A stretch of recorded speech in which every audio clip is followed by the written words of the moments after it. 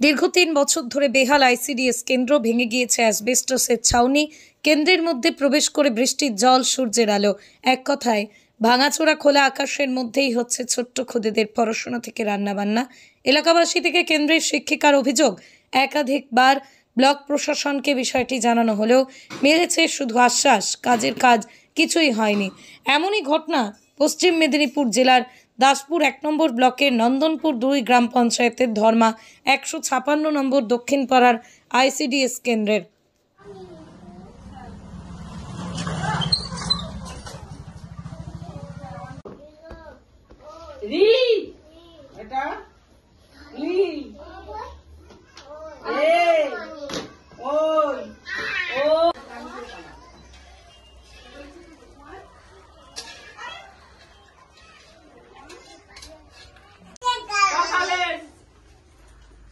বল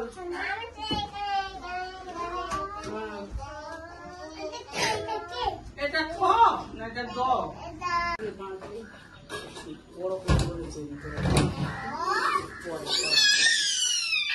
এই বাবু রৌনা তোমার কি হচ্ছে বলো দিদি বাবা, বলো। তুমি তো একদম খতরনাক হয়ে যাচ্ছ। হ্যাঁ এই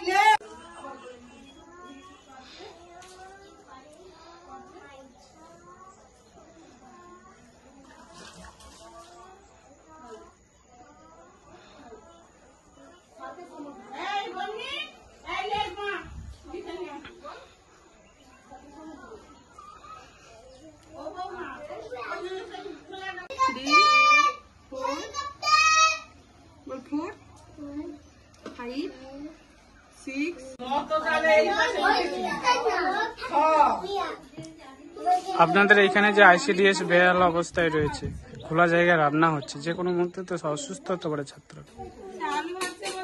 কি করার আছে, বারবার জানানো হচ্ছে প্রশাসনকে, তারপরেও এরকম ব্যবস্থা নিচ্ছেন। এরকম ভাঙা অবস্থায় আসতে হয় বৃষ্টির সময়। এখানে বাচ্চাদেরকে বসানো যায় না, বাড়ি নিয়ে চলে যেতে হয়। রান্না কখনো হয় কখনো হয় না, বা বৃষ্টির জন্য সব জল জমে যায়। কোন জায়গা এটা ধর্মা। এইভাবে যে ছাত্ররা বসেছে এবং রান্না হচ্ছে ফাঁকা জায়গায়, মাথার উপর এডভাস্টার ভাঙা, কি বলছেন? বলছি, আমি তো বিডিও অফিস থেকে আমার আইসিডিএস সুপারভাইজার থেকে ছবি করে সব পাঠিয়েছি। ওরা কিছু করে দিচ্ছে না, শুধু বলছে তিরপল দিলেও তিরপলও তুলেছি। তার পরবর্তীকালে আবার একটা নতুন করে অ্যাসবেস্টাস ভেঙে দিয়েছে।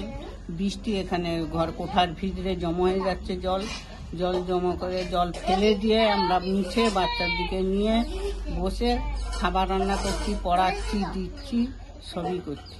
খাবারেতে যে কোনো কিছু পড়ে যেতে পারে। হ্যাঁ, পড়ে যেতে পারে, কি করব। আমাদের ওখানে তিরপল দিয়েছিলেন বিডিও অফিস থেকে, তিরপল তুলেছি।